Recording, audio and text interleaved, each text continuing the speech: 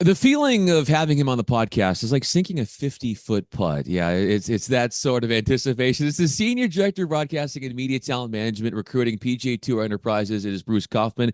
I'm Bryan Fenley. This is the Honest Something podcast, a podcast that highlights those in sports media, but also looks at the personal side. And Bruce, excited to have you on. We've had some of your colleagues on the PGA Tour side. So thanks so much for making the time. Looking forward to the conversation. Yeah, thanks for having me, Brian. I really appreciate it. Thanks for reaching out. I looked and saw, and you mentioned some of my colleagues and former colleagues that you've had on, and I saw the list. I was like, well, I have to do it now. I was like, I know him, I know him, I know her, I know him, I know her. I got to do it. So Well, thanks for having me. I appreciate it. I mean, you think about this business, Bruce, and people say it all the time. It's so small. It's very interconnected. You've been at ESPN. You've been with the PGA Tour for a long time. It doesn't feel, and how much so? Just it is one small fraternity that you come across people from even today that you worked with 25 years ago, and it's very close knit and, like I said, interconnected. Yeah, so we talked a little bit before we got on, started recording about, getting to the personal side and those kinds of things. And I will tell you, and this kind of pains me a little bit, but I've blown up some bridges along the way that I'm not happy about. And the reason I mention that is because whenever I speak to, whether it's a new person here at the tour, or if I go back to Yeah. my alma mater, James Madison, or whenever I'm speaking to the younger folks that are just starting their career, I ask them what business they're going to go in. And Yeah. I'm going to go into broadcasting. I'm going to go into this. I'm going to go into that. And I said, well, that's all true, but what business are you going into? And that kind of gave me that quizzical look. So you're going in the relationship business. At the end of the day, you're going in the relationship business. And I tell them, I said, you know what? The people that you're working with today, your classmates, that's where your Rolodex starts. You will cross paths with people in this business, whether it's a month from now, 5 years from now, 10 years, 20 years, it's going to happen, right? So whatever you do, don't do what I did, right?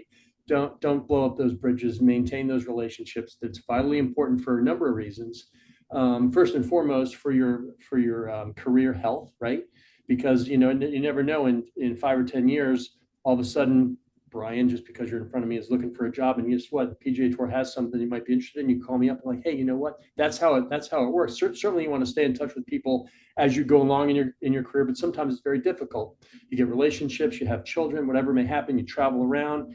When I first started off, we didn't have cell phones and emails and texts. So it was literally a paid long distance phone call. So you lose touch with people, or you're writing letters, and that really didn't work out either. It's much easier in today's world to stay in touch with people. I highly recommend that everybody do that, and just grow your colleagues, grow that Rolodex as best you can.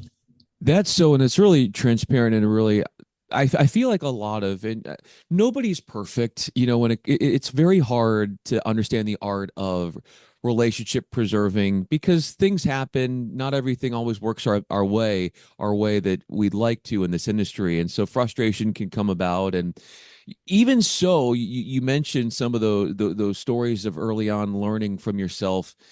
How do you feel like you're a better person? How do you feel like you're a different and the way in which your outlook on life even changes just from learning from what you were talking about early on and how that affected you and how you've changed since?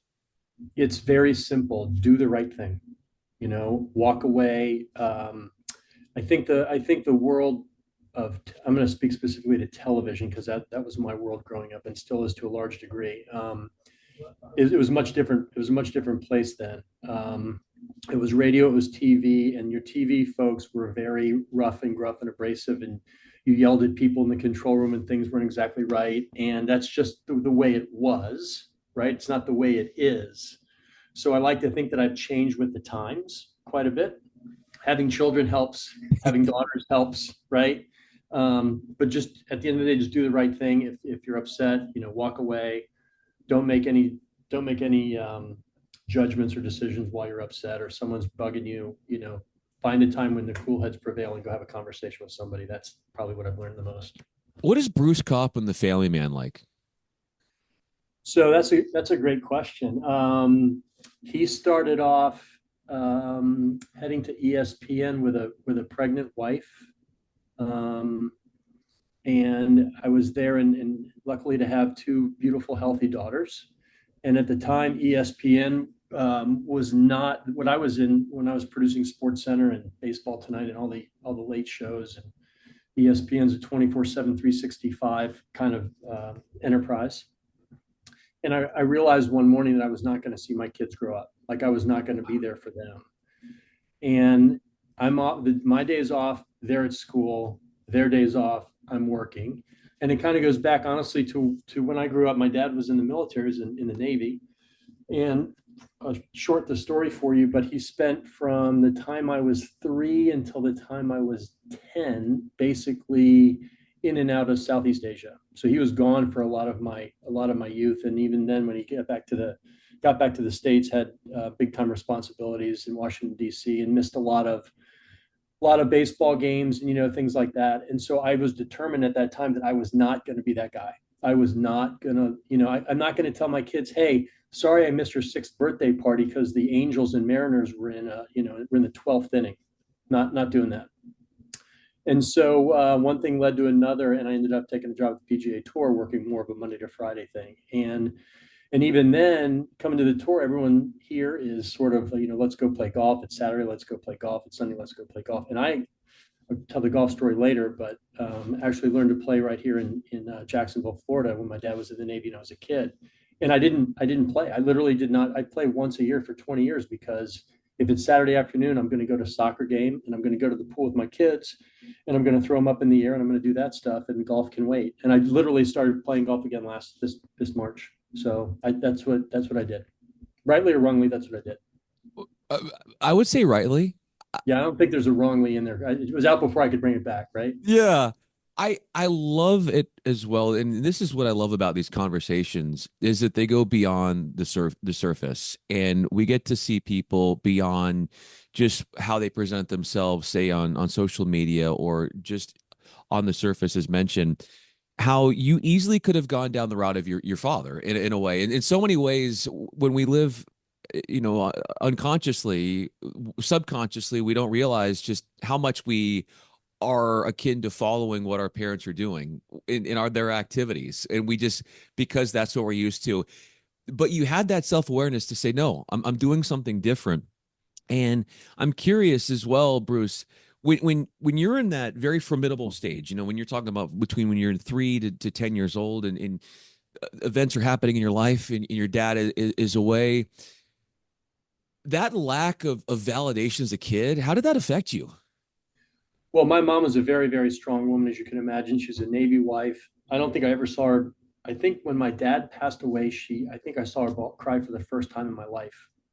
She was very, very strong.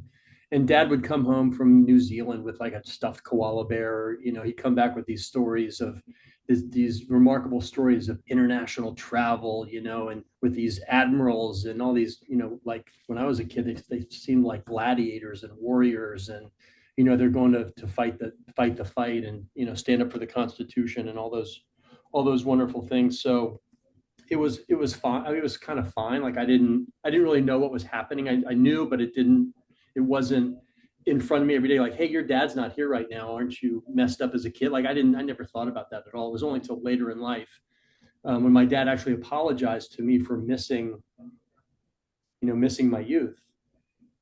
So how could I do that to my own kids over sports? I mean, he's effectively fighting in war and making sure. He was a doctor. So he was making sure that let me back up for a second. He was responsible when we lived in Hawaii from 62 to 65, responsible for um, coordinating U.S. military medical buildup for the Vietnam War with some other doctors and stuff. And then he spent from 65 to 72 back and forth making sure that all those medical operations were working and functioning properly across all branches of the military. So how could I tell my kids that, oh, by the way, I'm doing the sports stuff and it's more important than what my dad did. My dad apologized for not being there. So you can't, that's a no brainer, right? That's a no brainer. When your dad apologized to you, did you see it coming? What was the environment like, the ambiance around that moment, and where you were, and what you were feeling at the time? You know what? I had been in enough therapy at that point, right? So I kind of, it was like, it's okay, Dad. I totally understand. You did what you had to do, and we changed the subject and just went on. He wasn't one for deep emotional conversations. It just like typical depression era person was not really going to get too deep in stuff. It was just sort of like, hey, I screwed up, sorry about that. And like, you know what, no problem, I got you. And he would turn and say, your daughters are beautiful, and we would just go and talk about the kids. So that's how that went down. You've got the kids, and you obviously have talked about how you have been a changed man since, and making room and time for them to see them grow in this way because of the decisions that you've made and wanting to be there for them and see them through different stages of life. How has that made your life more livable, more gratifying?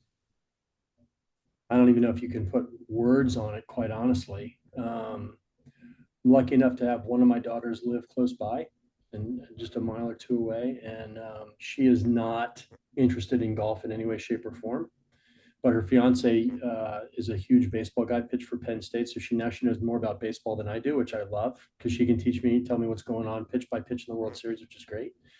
And then our youngest daughter worked for CAA, and now works for the Momentous Institute in the CJ Cup, the Momentous Institute, sorry, CJ Cup, Byron Nelson in Dallas.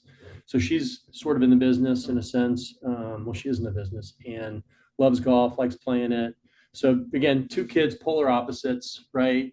Same gene pool. So you hear the story all the time. So beyond gratifying, they're great kids. They're just one of. I couldn't imagine my life without them. I told my wife at the time when they were little, it's like, you know what? If I'd known how great these little kids would have been, I'd have more of them and younger, Oh, right?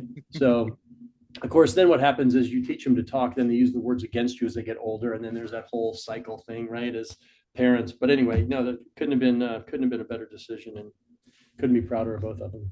Bruce Kaufman is with me. This is the Honest Something podcast. I'm Bryan Fenley. So it's so cool to hear the way in which, as has been a theme in this conversation, the change man, the openness, and not following the patterns.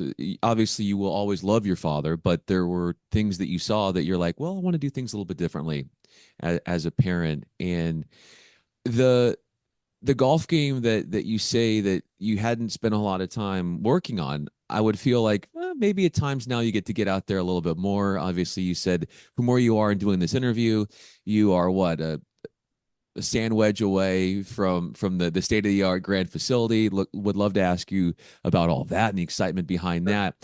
But when you do get out there on the golf course, what is your mindset out there? Well, first and foremost, because I'm a knucklehead and I didn't play for a long time and I could have, and I played a little bit when I travel on the road to go to tournaments, I play once in a while, but because part of my job is watching golf on television, right, in PGA Tour broadcasting, obviously we have a variety of tours. I was always of the mindset that, you know what, because I watch so much golf on TV, naturally I'm going to either get better or just maintain the handicap I had when I was 12, which is complete insanity. I get that. It's tongue in cheek because I know it's not, nothing could be further from the truth. Um, it's one of those. It's just that, like everybody says, it's that place where you can just get away, put the cell phone down. Sometimes I go over to there's a military base up here, and I'll just go out by myself for 9 holes. I call it the emergency nine. You know, my wife will be busy doing something, and I'll just go play 9 holes or play 18, and just get away from everything. When it comes to the swing, though, that's an entirely different conversation because again, I still think I should be better than I am because my 12-year-old self could beat me by 20 shots. But I just like going out there. I love playing the game. I love playing it more than I like watching it on TV at this point because I've seen so much on TV. I just want to go play now. I just want to go have some fun and play. Um, Father time and back problems are going to limit that a little bit. But I got so many swing thoughts in my head. I've taken lessons this year, and I'm working on my putting and short game and driving and all that stuff. But I just like everybody else, you go out there and try to have some fun with your friends, meet new people, have a good time, tell stories, tell jokes. It's the game of a lifetime. It really is. It's the only game you can play on the same courses that the champions play on. You can play right here at TPC Sawgrass if you want. Anybody can. We can all go to St. Andrews. We can play.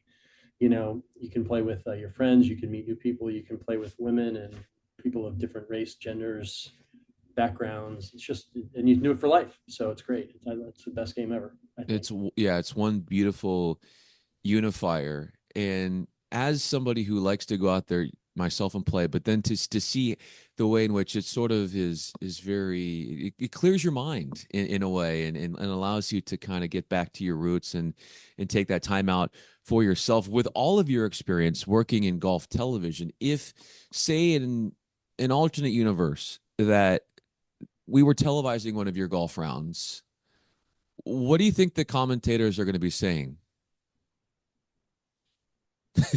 Well, here's the thing, and it's similar to, I think, just about every sport that's televised. We'll keep it to golf, right? But there's been this underarching theme of the telecasts need to get better. The telecasts need to get better. We got to make the telecast better, And what does that mean? Whether it's a pundit saying it, or a competitor, or a sponsor, or an owner. At the end of the day, regardless of what sport you're televising, the cameras turn on and they show what's happening in front of them, right? So unless you're gonna dress people up in costumes or put women out there in bikinis or whatever the crazy ideas are, at the end of the day, how many people are on the golf course? How many people are in the stands? What does that ambiance sound like and look like and feel like to the viewer when great shots, great plays, great things are happening, right? So, what are they going to say? Hopefully, they're articulating the competition and building the drama so that the viewer at home is on the edge of their seats, white knuckling because they can't wait to see what's going to happen next, right?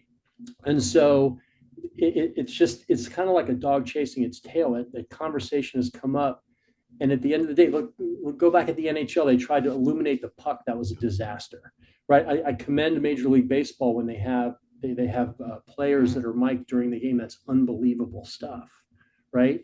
The PGA Tour, we've worked tirelessly for decades to try to get the fan inside the ropes and bring that caddy player conversation to the viewer. And at times it works, at times it doesn't. Some of the issues specifically on that one is not every player is as outgoing and loquacious as you'd want them to be to entertain a viewer or to entertain a large audience, a broadcast audience. And so what you find out, you could take a field of, say you take a field of 144 guys just for the sake of conversation, right? And you say, okay, well, we know that these 30 or 40 guys just are not going to do it. They're not comfortable. They don't like speaking publicly. They don't like you in their universe, whatever. So now you're down to 100 guys. Out of those 100, let's say there's honestly about 25 that are good TV or could be good TV, right? So what happens is they don't play every week, and you're trying to, maybe it's just CBS or just NBC. Well, now you don't get the same players playing every week.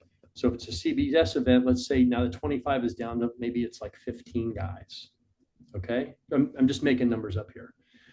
Well, if you want to do this over a course of a couple of years, maybe ad nauseum, infinitum, how many times are you going to go to those 15 guys and ask them to do it? You run out of options rather quickly. And so when we get to, make the telecast better, and I know I'm kind of stuck on that. That's not really what you asked me more about what the announcer is going to say.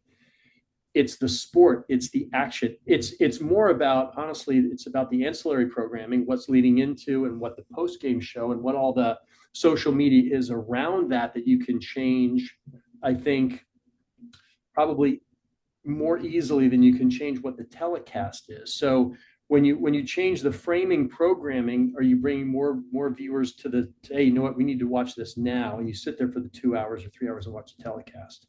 That to me is more probably the bigger overarching question and kind of discussion to figure out versus the competition itself. The competition to me is, here it is, turn the cameras on, let's go. So I don't know if I answered your question or not, but that's kind of where I'm coming from on that one. You did. There's some very illuminating things in there. And there's so many professional sports where it's so personality driven. You think about the NBA, you think about the NFL and other sports as well, and some of the combat sports where personality is everything, and that really draws people in. For golf and where it is now, where do you feel like how personality driven is the sport, and how much more room does it have to continue to be even more so, kind of going off of what you're saying?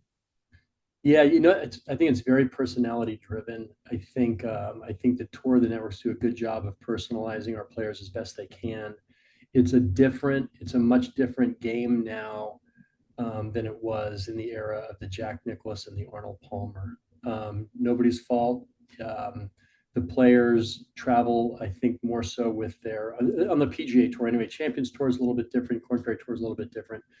But when you got on the range in the old days, it used to be a player and a caddy, and now it's more like player, caddy, agent. They have their other people with them, whether it's a nutritionist or a personal trainer. It may not be on the range, but it seems like the players have kind of traveled more in pods than they do individually. But that being said, if you watch the PGA Tour and there's 60,000 people out there and a guy makes a clutch birdie, they're going to react to it, right? Same thing with Freddie Freeman hitting a home run, right? You're going to get crowd reacted and guys, he's excited running around the bases. It's something that the networks try to do as best we can, best they can. It's something we try to do as best we can. Right now, there is not a Tiger Woods, right? And that's both a plus and a minus because back in the day when Tiger was being so prolific on the golf course, we didn't need to promote Tiger because Tiger promoted himself. So you're trying to promote everybody else. And now we're just trying to promote everybody, right? So we're always trying to, let me back up. We're always trying to promote the tour, all the players. You want healthy competition. You want to get fans out there. And I think the play will allow a player to show his personality, whether it's good or bad. And we obviously focus on the good more so than when a guy makes a mistake or gets upset, throws a club, that kind of thing. But yeah, so focusing on the play during a telecast is obviously most important and getting the crowd reaction.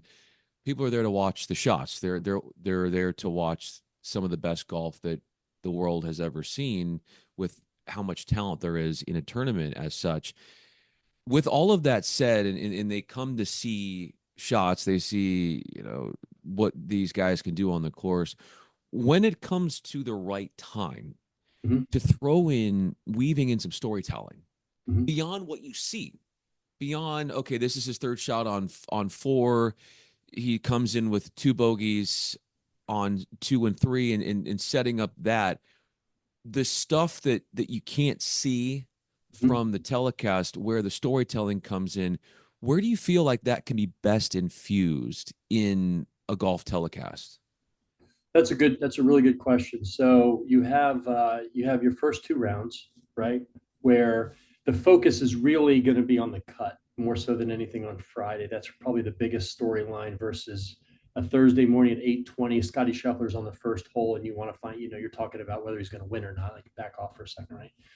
So I think there's a couple of things. I think on Thursday, Friday, you have an opportunity to probably tell more stories. And when I say stories, I'm talking about personal stories about specific players, right? So you could say an announcer, and it depends on what platform we're talking about too, because PGA Tour Live is different than Early Round of Golf Channel, which is different than Weekend CBS NBC. Just they're kind of all different. So PGA Tour Live, the way it normally works is if a talent has a story about a player, maybe he talked to a player on the range beforehand, he might say to the producer, "Hey, look, I talked to so and so. If you're going to show him today, let me know when you can keep a camera on him for an extra 20 seconds. I want to tell this story about X." Right. And so you're going to get more opportunities, I think, in the early round, especially on a Thursday and maybe on a Friday if a player is going to make the cut or miss the cut. Hey, so and so's been working on a driver. He told me before the round that this thing wasn't working out, and here he's missed three fairways in a row. He's probably going to miss the cut. So that kind of thing, right? Yeah. On the weekend, it's a little bit different because now you have a larger audience. You're on CBS, you're on NBC. The focus is now shifted from who's making the cut to who's making a move on Saturday. Is moving day. So how is that story that you want to tell on a Saturday relevant to moving day and that player who's moving up the leaderboard, moving down the leaderboard?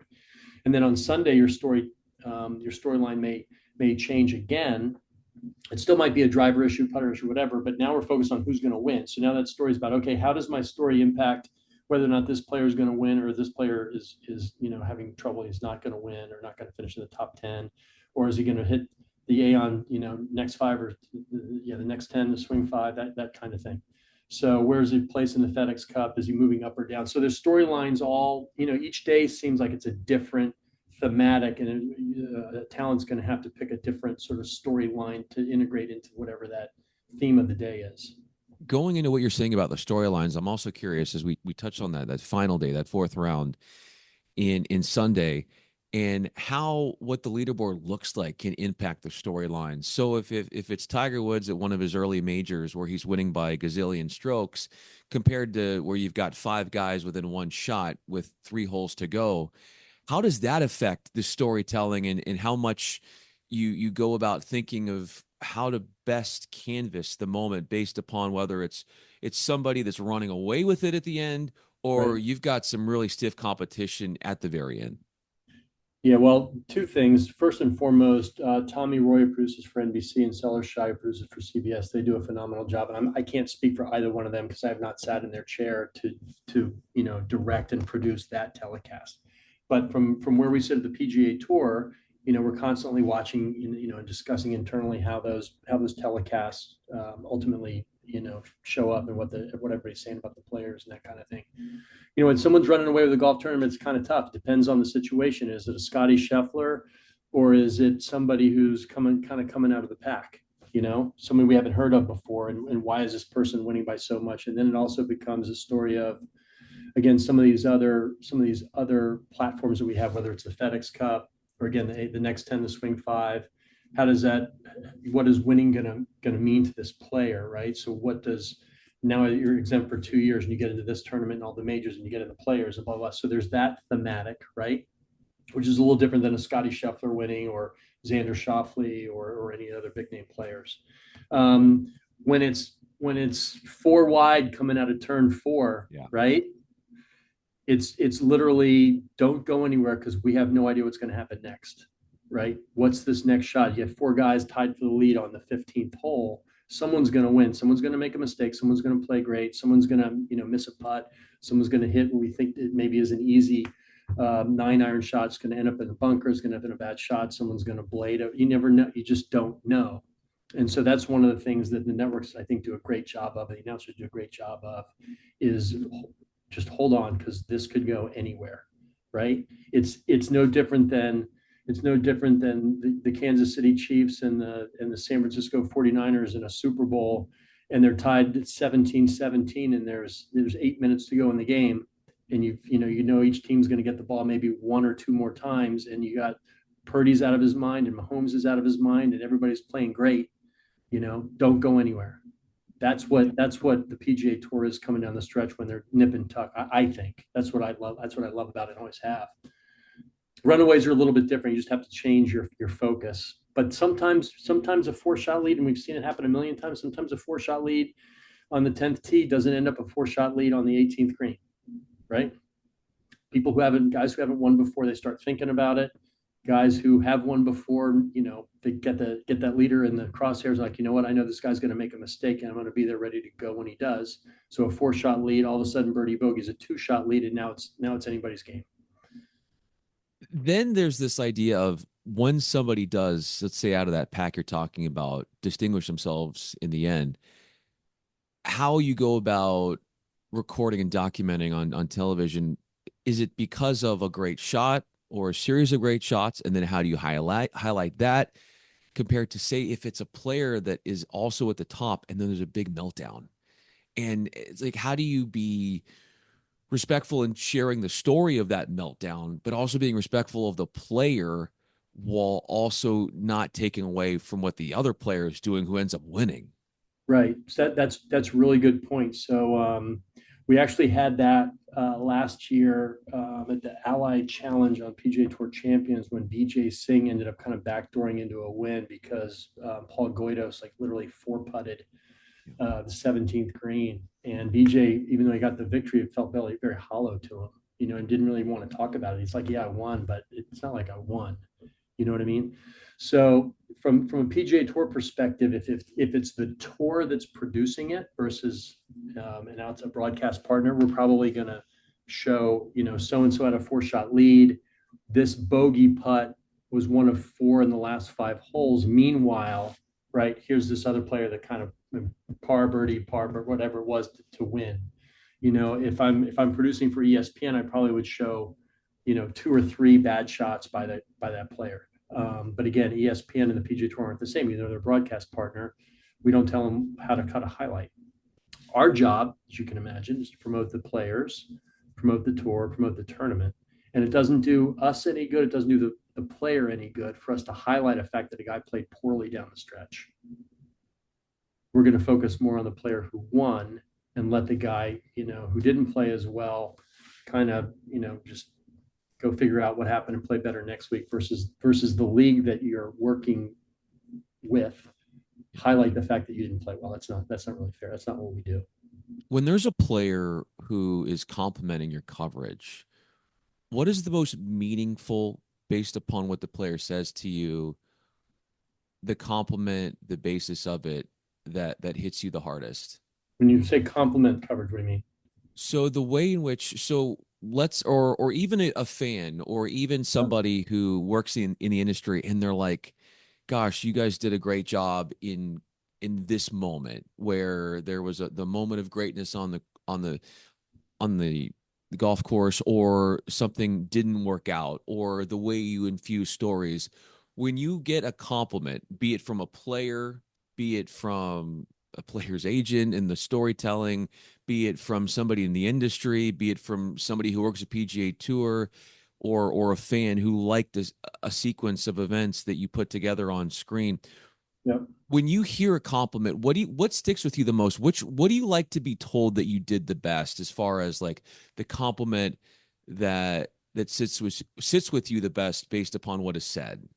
Yeah. So the way it works, quite honestly, is in the broadcasting department. There's a group of four folks. I'm not one of them because my focus is primarily on PGA Tour champions versus the PGA Tour. But four folks, four colleagues of mine that work on the PGA Tour and their subsequent supervisors, et cetera.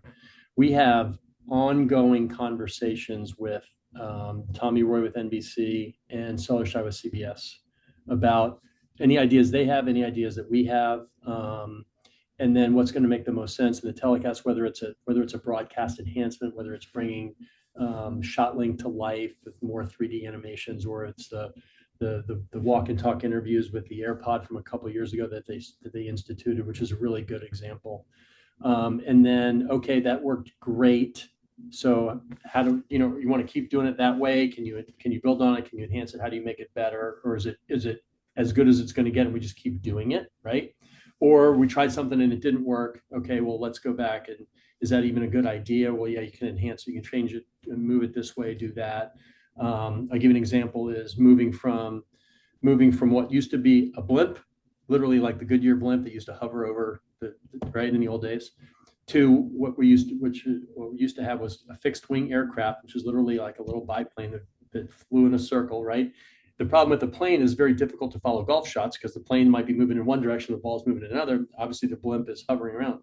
To now, there's use of more drones. The drones are a little bit more of a challenge from an insurance perspective because they fly lower, and who knows how safe they are when they're flying over the heads of gallery. Last thing you want is a drone falling out of the sky. So then it's okay. So now you know what, those shots look really cool, but where are you going to fly the drone so that it's a safe spot? So at Heritage, it flies golfers right along the marsh. So if anything happens, so that's the big thing with drones is making sure that it's flying in a safe spot, but they can fly a little bit lower. They can follow golf shots. They can do all sorts of things that a plane and a blimp can't do, but they also can't fly as high as a blimp or a plane. So you lose that perspective. If you're trying to follow a golf shot from 1,000 feet in the air, you're probably not going to get it from a drone, at least not yet. They're more maneuverable. They're less expensive. You can fly two or three of them probably for the cost of a blimp or a fixed wing aircraft. So yeah, just different things. And then the other thing too is as technology improves, things you couldn't do 5 years ago, you can do today. So you may go back and go, what, that thing we talked about a couple of years ago, we can actually try it now because it's now a smaller instrument. The camera lens is actually a little bit longer, so we can try this, we can try that. Computer animations are stronger, the resolution is better, all those sorts of things. So it's honestly kind of fluid. but those conversations are ongoing, literally on a week to week basis. So how do you, that's how it works. It's Yeah. literally ongoing, and it's a very fluid situation. It's no different than an iPhone, right? That all of a sudden has 4 cameras on the back versus 3 last year versus 2 the year before that. So the resolution is better. Um, and again, it's all about the competition. So there's only so much you can do around the guys hitting golf shots. So I don't know if I answered your question, but hopefully I did. You did, and it was super insightful through it all. And in concluding this conversation, Bruce, you talk about how drones give different perspectives. I think people listening to this conversation, it's going to be as if it's a drone, and that they're going to get different perspectives learned from the behind the ropes in seeing what really goes on, from not just obviously behind the scenes with these golf broadcasts and what goes through the minds of those who are decision makers, but also learning about your own story and the man you have become and what you've learned about the younger self. And that's what I love about these chats too, is that we divulged into we diverted the conversation in a natural, holistic way, from talking about what your childhood was like to getting into the nitty gritty of golf broadcasting. That's what we do here, Bruce. So it's been so fun, man. I thanks so much for being a part of this. This was such a fun conversation. I really appreciate you for doing this. Well, thanks for having me. I enjoyed it. I had no idea what we were going to talk about when we started. As you well know, you and I did not trade any emails and say, I'm going to ask you this, or that. That I probably mentioned a lot of things I wasn't planning on talking about. I'm sure I probably misspoke a few times, but that was really fun. I really appreciate it. And thanks for having me.